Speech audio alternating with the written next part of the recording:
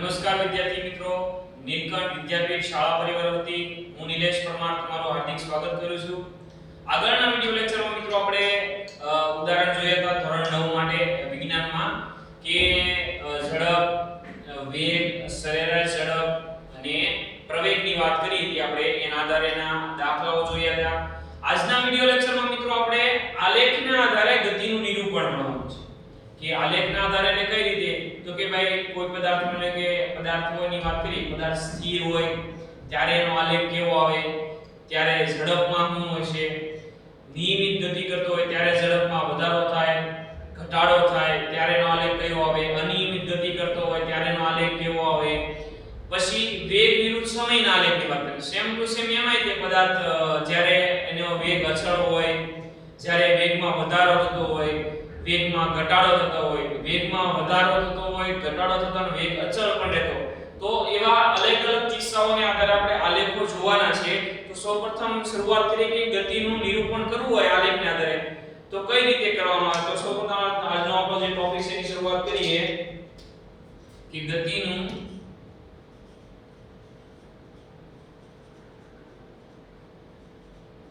આલેખીય નિરૂપણ. Graphical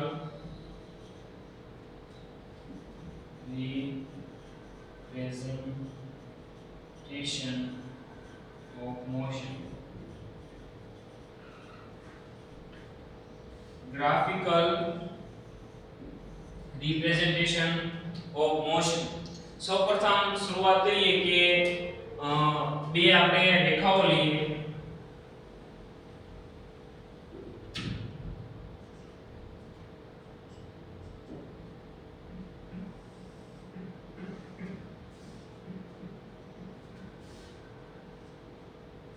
એકબીજાને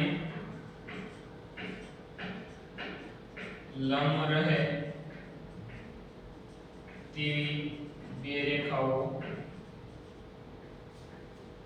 એકબીજાને લંબ રહે તેવી બે રેખાઓ લઈએ આપણે. ઈ જે બંને રેખાઓ માનલા આપણે બંને રેખાઓના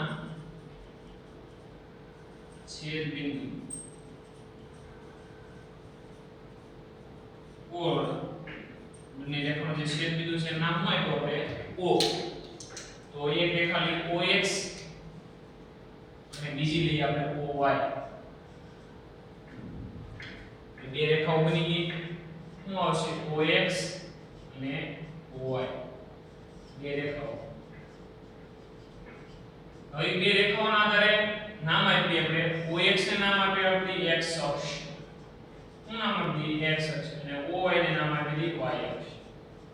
આલેખના આધારે નામ આલેખનું નિરૂપણ કરવાનું છે એટલે OX રેખા છે એને x અક્ષ નામ આપ્યું અને OY રેખાનું નામ આપ્યું y અક્ષ. બંને રેખાઓના જે છેદ બિંદુ છે એને આપણે O કીધું, પણ O ને આપણે આલેખના આધારે કહીશું ઉગમ બિંદુ. શું કહીશું? ઉગમ બિંદુ. હવે કોઈ એવો પ્રશ્ન પૂછે ઉગમ બિંદુના અહીંયા પ્રશ્ન પૂછે તો યાદ રાખજો 0,0 શું આવશે 0,0. ફરીથી એકવાર બે એકબીજાને લંબ એવી રેખા દોરી આપણે, એનું છેદ બિંદુ નામ O, એને આપણે આલેખના આધારે શું નામ આપશું ઉગમ બિંદુ. એકને OX કીધું, OX કઈ અક્ષ લેશું આપણે x અક્ષ, અને OY શું લેશું y અક્ષ.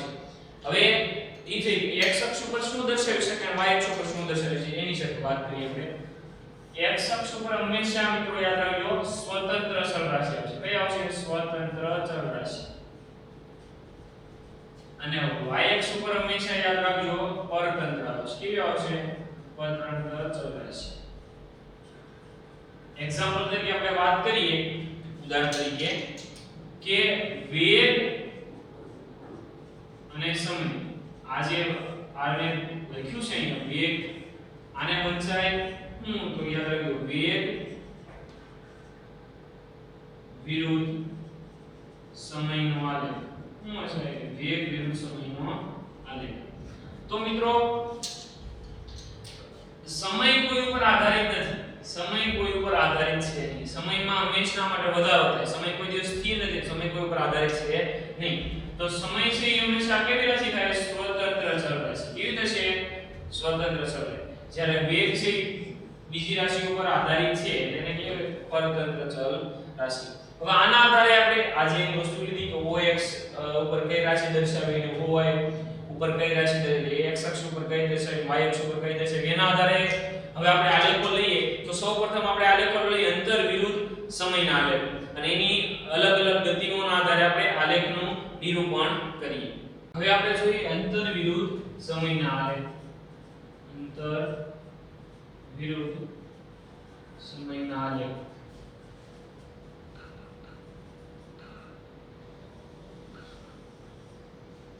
તો અલગ અલગ આલેખોના આધારે સૌપ્રથમ આપણે લઈએ પ્રથમ આલેખ લઈએ કે પદાર્થ સ્થિર.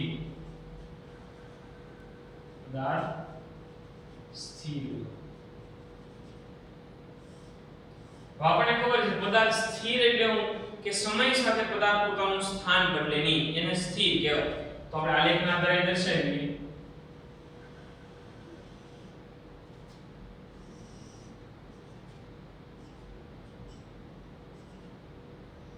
આ આપણને ખબર છે x અક્ષ અને આ શું આવશે y અક્ષ. આ ઉગમ બિંદુ O. હવે અહીંયા જો મિત્રો પદાર્થ કેવો છે? સ્થિર છે.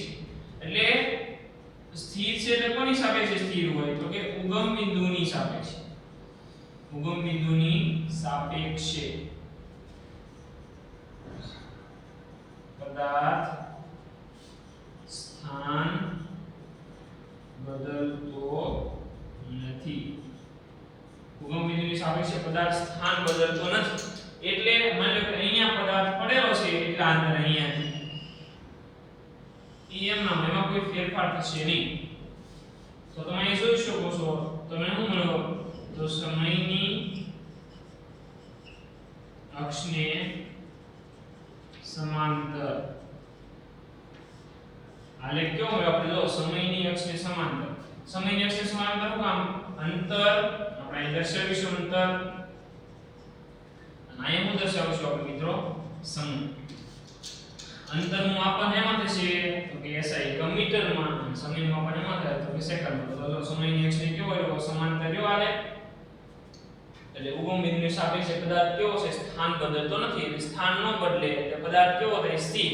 અને તમે જુઓ છો આ જે આ રેખા આ રીતે વધે છે, આમ ઉપર નથી જતી પણ આ રીતે વધે છે. તો સમયમાં શું થાય છે? વધારો થાય છે. અને આપણે ભણી ગયા કે સમય કોઈ દિવસ સ્થિર રહેતો નથી. સમયમાં હંમેશા માટે શું થાય? વધારો થાય. સમય સાથે પદાર્થ સ્થાન બદલતો નથી. એટલે આ પદાર્થ કેવો છે? સ્થિર છે એમ કહેવાય છે. હજી આપણે આગળ લઈએ કે હવે પદાર્થ સમય સાથે સ્થાન બદલતો હોય તો એમાં પાછા બે પ્રકાર છે.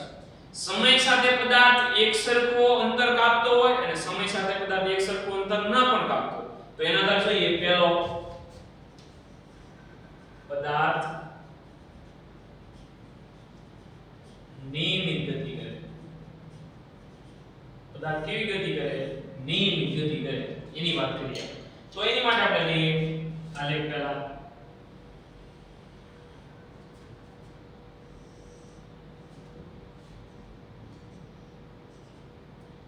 y અક્ષ મિત્રો જો આ દર્શાવવું ભૂલતા નહીં. x અક્ષ અહીંયા આવશે સમય, સમયનું માપન સેકન્ડ. અહીંયા આવશે અંતર અને અંતરનું માપન મીટર. અને ઉગમ બિંદુ O. હવે પહેલા પદાર્થ કેવી ગતિ કરે છે? નિયમિત. નિયમિત ગતિની વ્યાખ્યા કરો. એક સરખા સમયગાળામાં પદાર્થ એક સરખું અંતર એક દિશામાં કાપતો હોય તો પહેલા તો આની ઝડપ મિત્રો કેવી થઈ જશે? અચળ ઝડપ. કેવી ગતિ કરશે પદાર્થ? અચળ ઝડપ. એટલે સમયને એક સરખા ગાળામાં એક સરખું અંતર કાપે. બીજું આલેખ આનો મળશે આ રીતે. એટલે આલેખ આવશે સુરેખ. શું આવશે? સુરેખ. હવે આના ઢાળ પર આનો ઢાળ મેળવો. આલેખનો ઢાળ મેળવો તો આપણે મેળવી દીધું. એટલે કે અહીંયા લઈએ આપણે કે t1 સમયે વિરામ દો.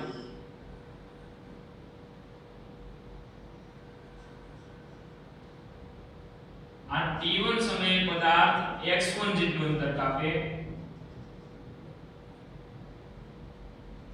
અને t2 સમયે પદાર્થ x2 અંતર કાપે. તો તો આનો ઢાળ મેળવવાનો થાય ને તો ઢાળ આ રીતે મળે ઢાળ મળશે તો કે x2 x1 શું આવશે x2 x1 છેદમાં t2 t1 આ મિત્રો આવશે ઢાળ શું આવશે ઢાળ ફરીથી પહેલા પદાર્થ નિયમિત ગતિ કાર્ય કરે કે સમયના એક સરખા ગાળામાં પદાર્થ એક સરખું અંતર એક દિશામાં કાપે તો પહેલા તો શું થાય ઝડપ કેવી થઈ જશે અચળ આલેખ કેવો મળશે સુરેખ અને ઢાળ બનાવવા શું કરવાનું x2 x1 છેદમાં t2 t1 હજી આપણે કે હવે પદાર્થ નિયમિત ગતિ ન કરતો અનિયમિત ગતિ કરતો એની વાત કરીએ આપણે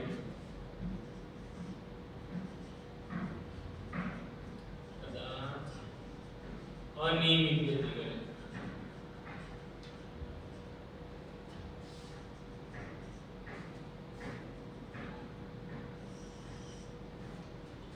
આલેખ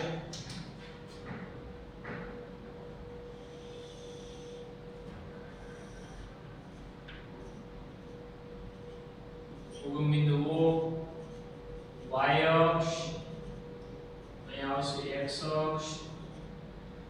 અક્ષમાં શું આવશે તો કે સમય એનું માપન સેકન્ડ અને શું આવશે અંતર એનું માપન મીટર હવે કેવી ગતિ કીધી લો મિત્રો અનિયમિત ગતિ અનિયમિત ગતિ કઈ રીતે હોય આપણે ખબર છે તો કે ઝડપમાં વધારો અને ઘટાડો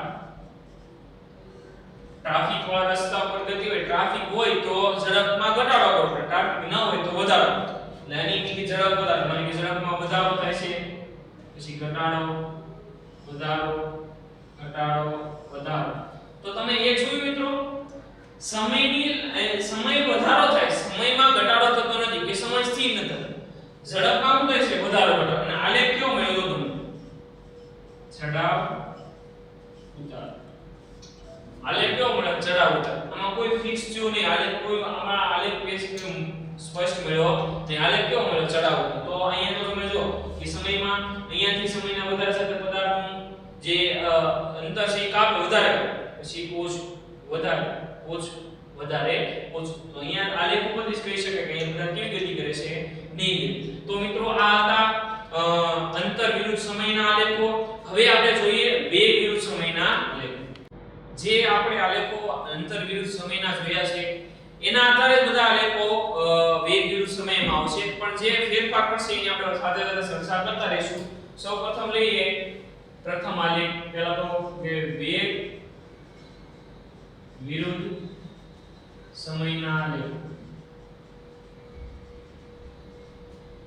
વેગ વિરુદ્ધ સમયના આલેખોમાં પહેલા પ્રથમ વાત કરીએ આપણે કે પદાર્થ અચળ વેગી ગતિ કરે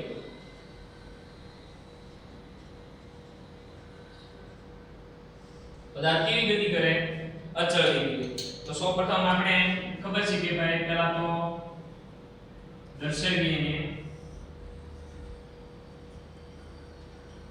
ઉગમ બિંદુઓ y અક્ષ એનું આવશે x અક્ષ હવે અહીંયા જો મિત્રો વેગ વિરુદ્ધ સમય તો ઓલા સ્વતંત્ર રાશિ અહીંયા આવશે સમય સેકન્ડ અહીંયા આવશે વેગ એનો એકમ શું થાય મીટર પ્રતિ સેકન્ડ હવે કઈ ગતિ કીધી અચળ વેગ અચળ એટલે વેગમાં બદલાવ થતો હોય નહીં માની લો કે અહીંયા આ રીતે આમ લખીએ આમ દોરીએ તો જો તમે સમય વધે છે પણ વેગનું મૂલ્ય વધતું નથી એટલે વેગ કેવો છે અહીંયા તો કે વેગ અચળ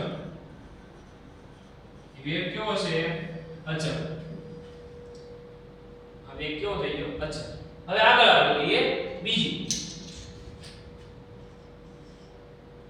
નિયમિત ગતિ કરે કેવી ગતિ કરે નિયમિત ગતિ કરે પદાર્થ હવે આ નિયમિત ગતિના આધારે બે પ્રકાર છે કઈ રીતે તો કહી દો કે નિયમિત પ્રવેગી ગતિ એ લઈએ નિયમિત પ્રવેગી ગતિ અને બીજું લઈએ નિયમિત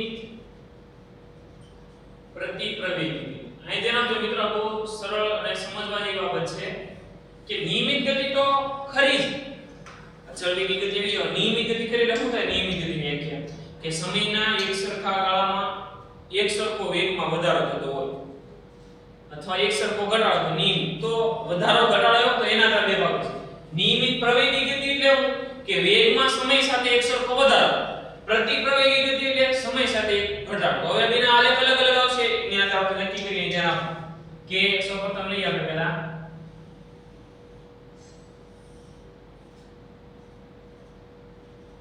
ઉગમ બિંદુઓ x અક્ષ y અક્ષ અહીંયા આવશે વેગ મીટર પ્રતિ સેકન્ડ, અહીંયા આવશે સમય.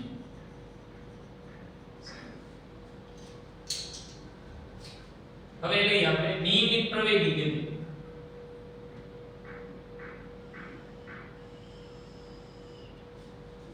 તો આ નિયમિત પ્રવેગી ગતિનો કઈ રીતે એમ ખબર પડે આપણે તો કે વેગમાં એના વેગમાં વધારો, વેગમાં કેવો થશે વધારો, સમય સાથે વેગમાં કેવો થશે વધારો, વેગમાં સમય સાથે હવે આનો ઢાળ મેળવો તો આનો ઢાળ શું આપશે યાદ રાખજો, વેગ વિરુદ્ધ સમયનો આલેખનો જે ઢાળ છે હંમેશા પ્રવેગનું મૂલ્ય આપે. કોનું મૂલ્ય આપે? પ્રવેગ. મને કહે કે ભાઈ t1 સમય જણાવજો, t1 સમયે પદાર્થનો વેગ હતો v1. કેટલો હતો? v1. અને t2 સમયે પદાર્થનો વેગ થઈ ગયો v2. તો આને પ્રવેગ મેળવવા તમને ખબર છે તો ઉપર શું આવશે તો કે વેગમાં થતો ફેરફાર આવે છેદમાં શું આવશે સમયગાળો.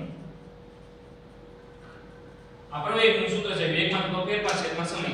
હવે ઢાળ પરથી કેવી રીતે મેળવે તો જો પ્રવેગ વેગમાં ફેરફાર કર્યો તો કે v1 થી v2 છે ને એટલે અંતિમ વેગ માઈનસ શું કરી આપણે પ્રારંભિક વેગ છેદમાં સમયગાળો લઈએ t2 t1.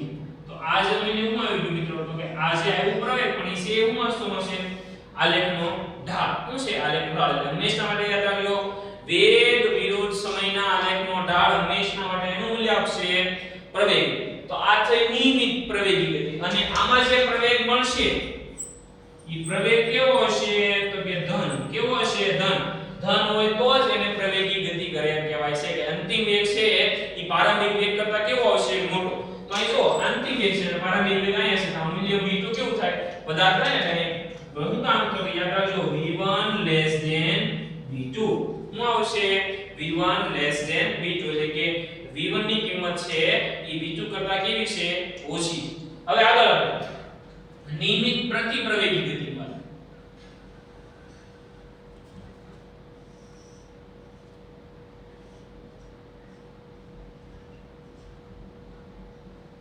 x અક્ષ અને y અક્ષ.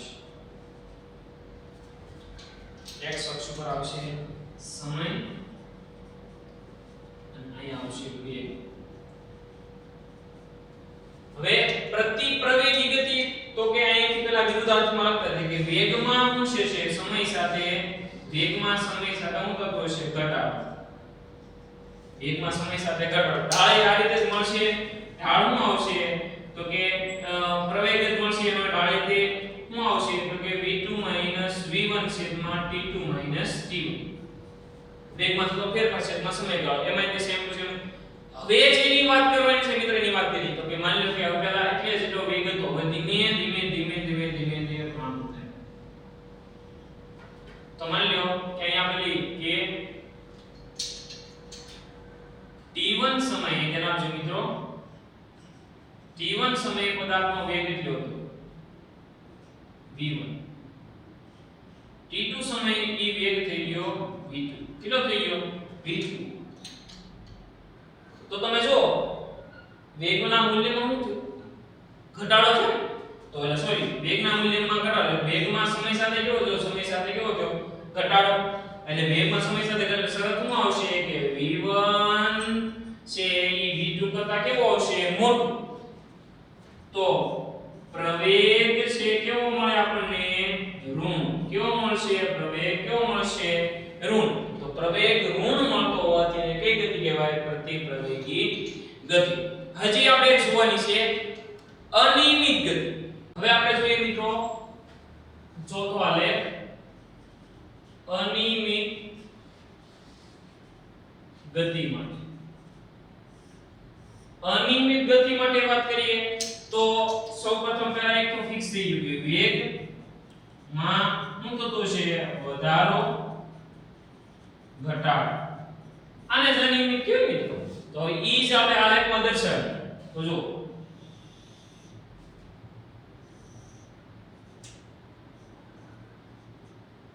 ઉગમ બિંદુઓ લઈએ, x અક્ષ લઈએ અને y અક્ષ લઈએ. આપણને ખબર છે કે અનિયમિત ગતિ કરતો હતો કે વેગમાં વધારો ઘટાડો ઈ તો નક્કી થઈ ગયું. હવે x અક્ષ પર આપણને ખબર છે શું આવશે તો કે વેગ. કઈ રાશિ છે તો કે સ્વતંત્ર નથી, પરતંત્ર રાશિ છે. સ્વતંત્ર અહીંયા આવશે સમય. વેગમાં વધારો ઘટાડો, આ વેગમાં વધારો, વેગમાં ઘટાડો, વધારો ઘટાડો, વધારો. તો તમે જો સમય સાથે સમયમાં વધારો થાય છે, વેગના મૂલ્યમાં શું થાય છે વધારો ઘટાડો. અને આલેખમાં કોઈ આપણે નિયમિત રીતે રહેતો નથી, અનિયમિત. જો વધારો ઘટાડો વધારો, આલેખમાં નક્કી થઈ શકે નહીં. હવે જે આપણે વાત કરવાની છે મિત્રો તો કે આલેખ વડે જે ક્ષેત્રફળ ઘેરાય છે, આલેખ દ્વારા ઘેરાતા પ્રદેશનું ક્ષેત્રફળ લઈએ આપણે.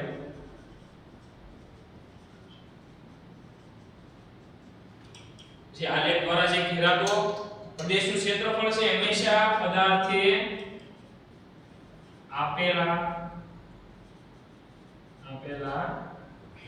સમયગાળા કાપેલ અંતર દર્શાવે. શું દર્શાવે? આપેલા સમયગાળામાં પદાર્થે કાપેલ શું દર્શાવે? અંતર દર્શાવે છે. હવે કઈ રીતે એની વાત કરીએ? માની લ્યો કે અમે કીધું કે આપેલો આલેખ દ્વારા ઘેરાતું ક્ષેત્રફળ છે ઈ આપેલા સમયગાળા પદાર્થે કાપેલ અંતર દર્શાવે. માની લ્યો કે અહીં આલેખ આવો બનતો હોય, તેનું નામ જો ખાસ આલેખ આવો બનતો હોય. સપોઝ આપણે ધારી લઈએ કોઈ પણ આલેખ લઈએ આપણે કે આલેખ અહીં આવી રીતે બને છે. તો અહીં તમે જો આ ત્રિકોણ થયો, તો ત્રિકોણનું ક્ષેત્રફળ આપણું શું આવશે? તો 1/2 પાયો ગુણ્યા 2.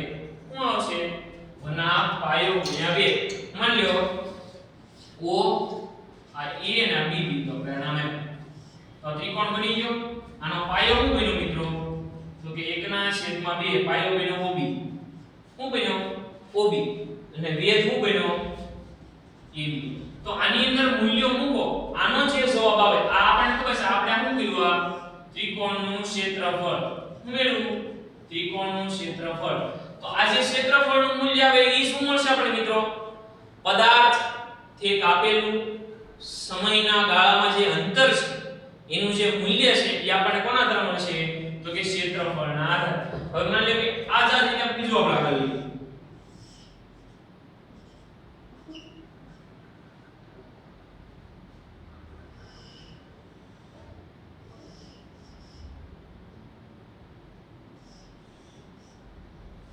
માની લો કે O A B અને C. તો આ કયું છે મિત્રો? તો આપણે કહીએ લંબચોરસ. શું કહીએ કે લંબચોરસ. તો કે લંબચોરસ નું શું થાય? તો કે લંબાઈ ગુણ્યા શું આવશે? તો કે લંબાઈ ગુણ્યા શું આવશે? પહોળાઈ. તો લંબાઈ মানে શું થશે? OA અને પહોળાઈ શું થશે મિત્રો? તો કે OC. તો આ જે મૂલ્ય મળશે, આ જે ક્ષેત્રફળનું મૂલ્ય મળશે, આ લંબચોરસનું ક્ષેત્રફળ એનું જે મૂલ્ય મળશે એ શું આવશે? તો કે પદાર્થે કાપેલું અંતર. અને હવેની જે થિયરી આપણે જોવાની છે ઈ છે નિયમિત વર્તુળમય ગતિ.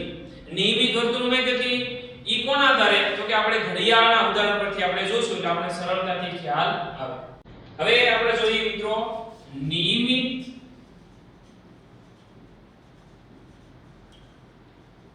વર્તુળમય ગતિ. નિયમિત વર્તુળમય ગતિ કોને કહેવાય એની કલા વાત કરીએ. હવે એક્ઝામ્પલ તરીકે માની લો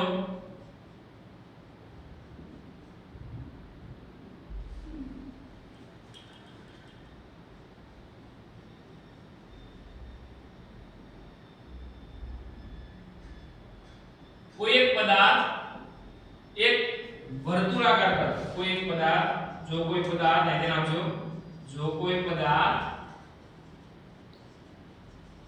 વર્તુળાકાર પથ પર જો કોઈ પદાર્થ વર્તુળાકાર પથ પર અચળ ઝડપે ગતિ કરતો હોય જો કોઈ પદાર્થ વર્તુળાકાર પથ પર અચળ ઝડપે ગતિ કરતો હોય તો તે વિશે કોઈ પણ પદાર્થ ગતિ કરે એને કહેવાય નિયમિત વર્તુળમય ગતિ યાદ રાખજો ફરીથી મિત્રો જો કોઈ પદાર્થ મને અહીંયા લઈ આપણે કે અહીંયાથી એક પદાર્થ ગતિ કરે છે આ રીતે આ દિશામાં ગતિ કરે છે હવે ઈ એક ચક્કર પૂર્ણ કરે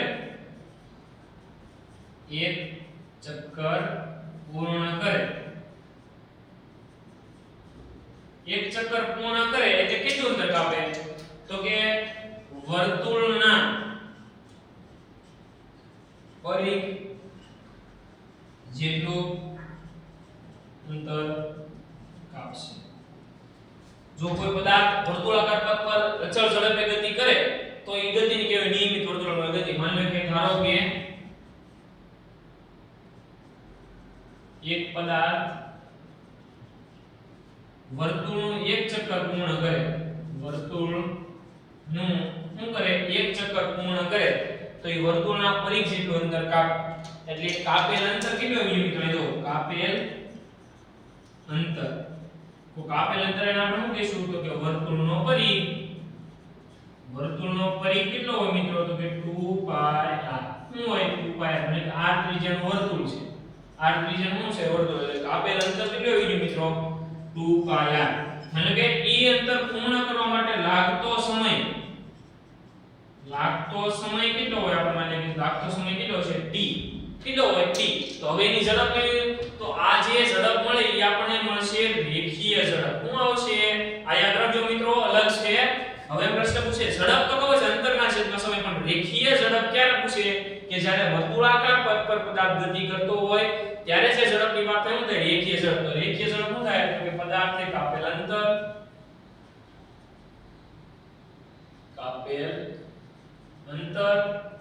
અને તે માટે લાગતો સમય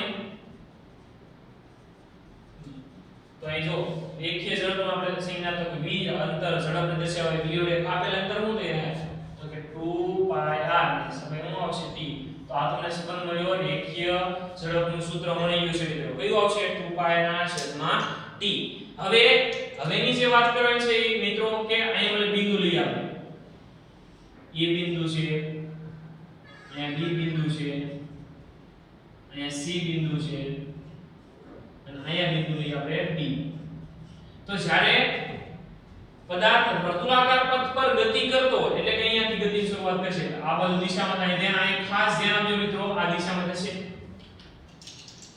અહીંયા ખૂણો બનશે 90 કેટલાનો બનશે 90 હવે અહીંયા આવે છે તો આ દિશામાં ગતિ થશે અહીંયા ખૂણો બનશે 90 આ બાજુ આવશે આ દિશામાં ગતિ બનશે અહીંયા ખૂણો બનશે 90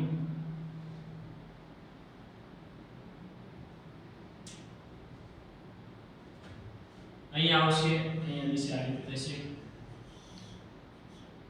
તો મિત્રો એક નોટિસ કરવામાં બધાએ જો ઝડપ આપણે એવું કીધા ઝડપ કેવી રહેશે અડગ એટલે બધા જ બિંદુએ ઝડપ કેવી છે સમાન એટલે બધા બિંદુ લે તો કે v એ બિંદુ છે ઝડપ છે માની લો આ ઝડપ શું છે v1 અહીંયા કેટલી છે v2 અહીંયા કેટલી છે v3 અહીંયા કેટલી છે v4 એ કેવી રહેશે સમાન v1 બરાબર v2 બરાબર v3 બરાબર v4 શું કામ કે કઈ ગતિ કરે છે વર્તુળાકાર પથ પર એક સરખી ઝડપ કરે છે ને એક સરખી ઝડપ તો અત્યારે કઈ ગતિ કરે નિયમિત તો નિયમિતમાં ઝડપ કેવી રહેશે સમાન એટલે કેવી રહેશે પહેલા જેટલી હોય એટલી છેલ્લે સુધી રહે કેવી રહેશે અચળ પણ દિશા શું થાય બદલાય દિશા દરેક બિંદુએ બદલાય અને કોની દિશામાં આવે તો જો હવે એક લાઇનિંગ દોરી છે ઈ વર્તુળને જે લાઇનિંગ દોર્યો છે એને શું છે દિશા બદલાય દરેક બિંદુએ કોની તરફ આવે તો દિશા છે ઈ કોની દિશામાં આવશે સ્પર્શકની દિશામાં કોની દિશામાં આવશે સ્પર્શકની દિશામાં અને સ્પર્શક કોને કહેવાય કે વર્તુળને યાદ રાખજો વર્તુળને માત્ર એક જ બિંદુમાં છેદે